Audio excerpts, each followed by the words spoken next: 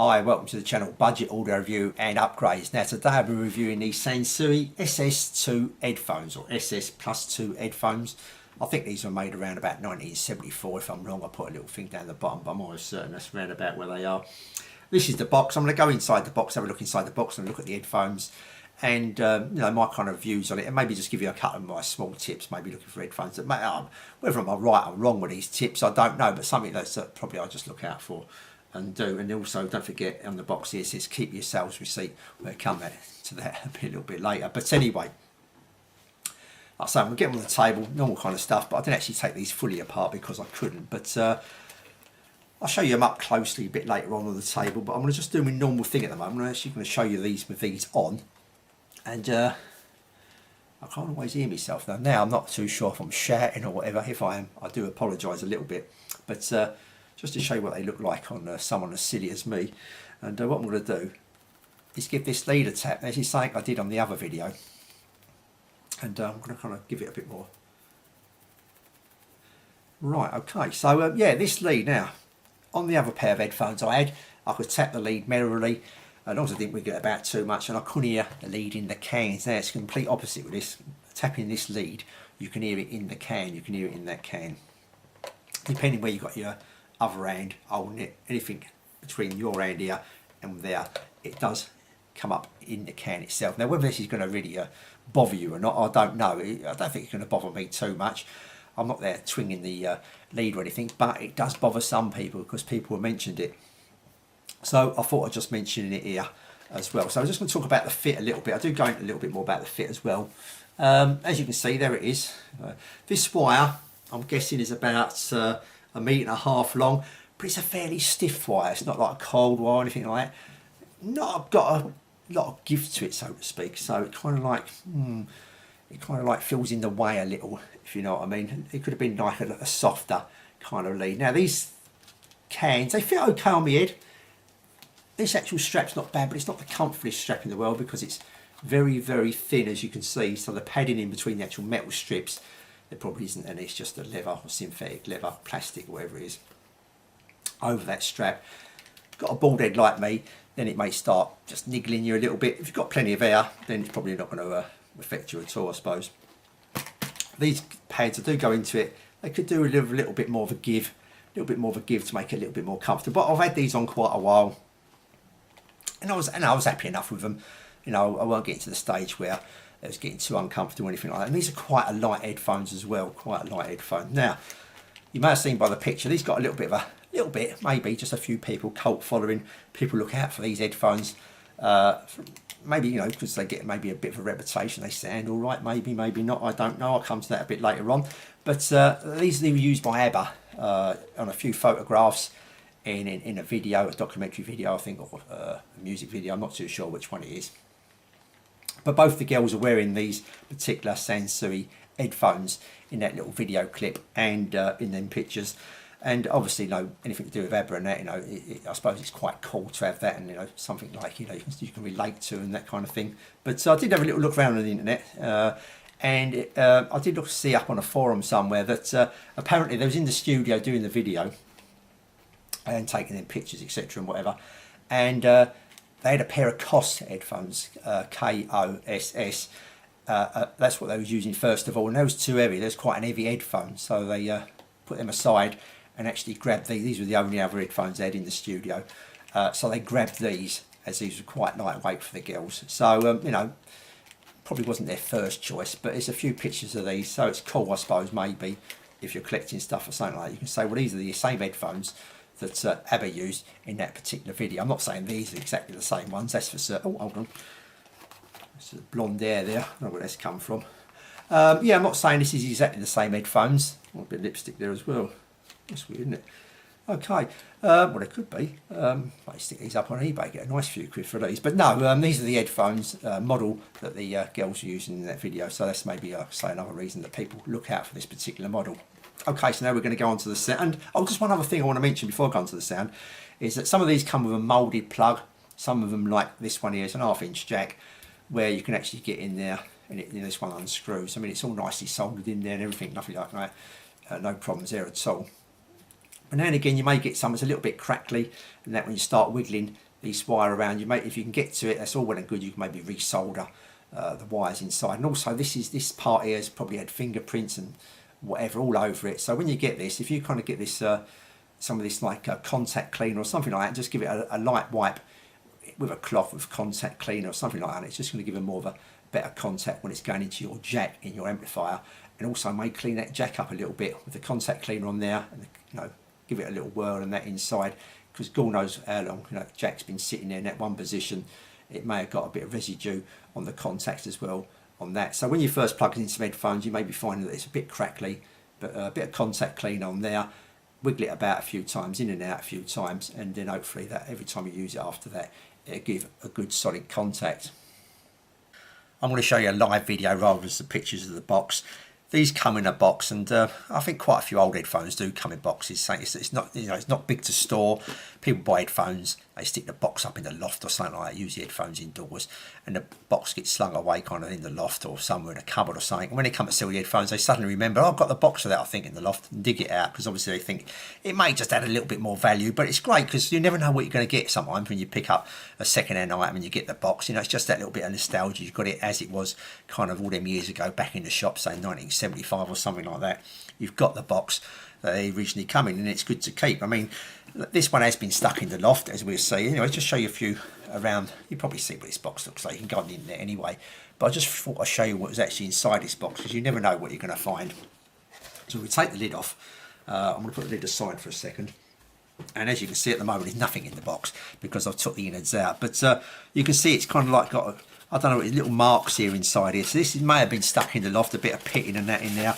And we look at a closer look, or he's maybe spilt a bit of tea on it or something like that. So it's a few little markings, maybe just a little bit of damp or something, but the headphones are in absolutely tip-top condition.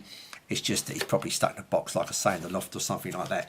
So this wasn't exactly all in the box. There's a few little interesting, maybe of an interest, it may not be that interesting, but just a few Brucey bonuses maybe if you're collecting and keeping this kind of old hi-fi stuff, especially if you're into one make, like maybe like in this case Sansui, is that a few things you forget about kind of thing. First of all is the warranty card that come with it, and just a little bit of interest here. Look, you would have kept the receipt. Unfortunately, there's no receipt there, but it says they're important. Keep your receipt here. So that's a bit unfortunate, because obviously now without the receipt we can't take these back. So it's a little bit of a problem there. But it tells you all the warranty, what it covers there. So it's quite interesting. That's a little interesting fact, not worth anything really, but just a little interesting fact, a little bit more extra you get for with your headphones. You can kind of go, oh, that's good, that kind of thing. So yeah, that's the warranty card, and in fact, he's actually got the serial number of your headphones on the back, actually written down in pen, whether he's written it down in pen or the shop's written down in pen, I don't know. And the model number there, SS2. So that was in the box. That's nice. That's a nice little touch. Another nice little touch. I mean, they've got a few little marks and they're bent up a little bit. They're not being in mint condition, but it's fairly good condition though. This, these bits here. But here's a little kind of like flyer that would have come with it, telling you about the headphones and that. So that's another nice little thing to have, if you're collecting this kind of stuff. And a little bit about the actual item on the back there. That's on the back there, and also just another little bit more of an interest here, just a little bit more of an icing on the cake. Like I say, it's nothing really special, but a little note there. If you wanted to put, use these headphones with an amplifier that hasn't got an headphone socket on it, it shows you a little circuit there, and I'll put a picture up on the screen now. A little circuit you can make up there to run these headphones with an amplifier that didn't have an headphone socket. So it shows you a little circuit, so it caters for that as well. So something you probably won't get these days, a little circuit that you could probably knock up yourself, or get someone, a friend or something, that knows a little bit about electronics and the actual particular items on this circuit to knock you up if you really needed to use these with an amplifier that didn't have an headphone socket, and there's specifications there and that. So just another nice little touch there, that comes with the item. Another slightly interesting thing here, I mustn't lose this little part here, there you go. Another little interesting is all the authorised service stations in the world here in 1974 that you could take your Sansui headphones, or pretty much anything I should imagine made by Sansui, you could take or post them to get repaired. So it's something you're not going to always pick up when you buy a second-hand amplifier, receiver or headphones or something like that, but as it all comes in the box, the bloke's kept all this apart from the receipt. So when I see him next, I'll make sure I have a go at him for not keeping the receipt there. And one last thing, you know, nothing special here, but just another little thing, maybe tells you a little bit more about the bloke who actually bought these headphones as well. There's a little guitar pick that come with it there. So this bloke may have been playing the guitar and using them headphones to kind of listen to his recording as he's playing his guitar. You never know, but there's a guitar pick in there as well. So just a little bit more of an interest there. You know, you get when you get the box sometimes you can find something inside. Still haven't found that £500 or what a cash in a pair of speakers yet, or in a box or anything like that at the moment. But as soon as I do, I'll let you know. So that's the box covered there. Right, here's the headphones on the table. This is as far as I've gone. Before I go any further, I'll show you where I'm up to now anyway. But before I go any further, just to talk about these pads. This is like a plastic, I think, on the outside, maybe synthetic kind of thing. But I think it's just like a plastic surrounding. Obviously, the foam is inside, in between. It's a bit rigid. It's on the rigid side. I think where it's been sitting there for so long, and plastic does kind of like harden up over time. You may be able to get some treatment or something just to supple that up a bit. I think it needs suppling up a bit. The foam cushion inside seems to be okay. Yeah, I don't know how they would normally be, but it seems like roughly where it should be to me. But this outer case, like I say, it's got hardness to it. It could do with suppling up. Something, I don't know if you could screw it up and muck about with it and maybe supple it up in your hands or something like that. But I'm not going to touch it as it is. I'm just going to leave it as it is. So that's kind of like a little bit of a negative for these headphones, is that doesn't really fit exactly, you know, pushed against your ear nice and comfortable. It's just got a little bit hardness to it a little bit. But saying that, these headphones, even though the band's quite a nice band, it's reasonably taut, the band, but with these, it just, you know, just would like it just pushed against your ear hole just a little bit more, I think, just to get the ear hole completely in the enclosure and kind of airtight, so to speak. Another little feature I do like about these headphones is this. It's only something, you know, simple really, but this has got quite a nice feel. This adjustment here is quite nice. It keeps, you know, wherever you put it, it keeps in place. It's not loose or anything. I mean, you could probably put a little bit of grease there if you want to make it a little bit looser or something like that. But it's quite a nice and unusual, like, little way they've done it here. I quite like that. So that's just something I picked up on really. I've gone as far as this. I've given this plate a little clean. Just use a damp rag, soap and water, damp, not too wet, because you don't want any water getting in between the little holes and blocking them up or dripping inside. Just give it a brief clean. It wasn't that dirty, to be honest with you. And as you can see here, this plate, this silver aluminium plate, is being held on by 4 rivets. These outer ones here, these little rivets, hopefully you can pick them up on camera, is holding that plate in action. These other 4 rivets here is holding the speaker to the plate. I would like to get in there and show you what's inside, but then I'm going to have to drill these rivets out and maybe glue it back, etc. And I'm going to sell these back on now. So it's saying I'm not going to keep them even if I took them apart. And I think there's a capacitor on the speaker there somewhere in the circuit. I'm not 100% certain. A couple of places I read there was, so I take it there may well be. That could well be replacing now, being 40 years old. But you know, this channel's like a budget channel, and most people on here, I think, is coming over here for maybe a bit of advice or review, etc. Not everyone's modding their stuff or going to take it apart to do anything with it. You know, most people, maybe, I'm not saying scared of a soldering iron, but never use a soldering iron, don't want to tinker around. I just want to go and get something and be working now as is. So this gives a more fair representation, I think, of what you're going to go and buy now. If you bought these headphones, these are 40 odd years old, and hopefully my review somewhere gives you some kind of idea how they sound. Obviously, each pair could slightly sound differently with that capacitor, maybe just changes slightly in values, one pair to another, etc. Only my take on what they sound like as well. Everyone's hears things differently probably, but yeah, so I think it gives more of a fair indication if you're going to go and buy these off of eBay now, exactly, or somewhere like that, exactly what you're going to get for your money without tinkering around with them. And obviously you can tinker around with them and hopefully improve them, but it would be meaning undoing these rivets here on this particular model. And some models are more easy to get into, and some are going to be even harder, where it's a moulded plastic or something, it's all stuck together, you maybe start cracking it and all that, trying to get inside it. The band itself is quite nice, it's not a bad little band, I quite like the band. It could just do a little bit, maybe a bit more of a springiness against your ears, just because these are a little bit on the hard side. If these were more supple on that, it's probably ideal, the actual springiness of the band. So that is the headphones there on the table. I haven't took them apart any further than that. So okay, let's wrap that up. Right, okay, before I actually get on the sound, I'm just going to rein myself in a little bit because I do get excited. I do like buying something like anyone else, really. It's really, really cheap. It sounds really, really good. And you've got a great bargain and you think, oh, it's fantastic. So just bear in mind, these ain't, you know, a lot of money to buy a £15 to £30 condition box, all that kind of thing here in the UK, $30, something like that. Elsewhere, $20, I don't know, something like that. So what's that? Just the price of a takeaway meal, maybe. So, you know, let's don't get carried away here and, you know, trying to keep things a bit more realistic. These are not going to sound like a pair of headphones you go and buy today for £300, that's for certain. So, you know, I just want to bear that in mind when I give the review. Right, so how did they actually sound? Now, I set these up with 5 or 6 different amplifiers, receivers, kind of typical thing I do now whenever I test anything now, and kind of give a ballpark kind of thing how they sound with each individual one. Though in this particular test here, these did sound a little bit chalk and cheesy, just a little bit chalk and cheesy between some of the amplifiers. But I'm going to bring 2 into play here, where these sounded, the vast difference was between the Sansui 101 I've got, which I've been doing quite a few reviews on for about a year now, and I recently bought Audiolabs 8000A. So they're the 2 I'm going to kind of pick up on as I go through the review. Right, onto the sound. Now, I'm just about staying awake. This video's took absolutely ages to put together, believe it or not. I don't know why. This is the longest one I've ever done.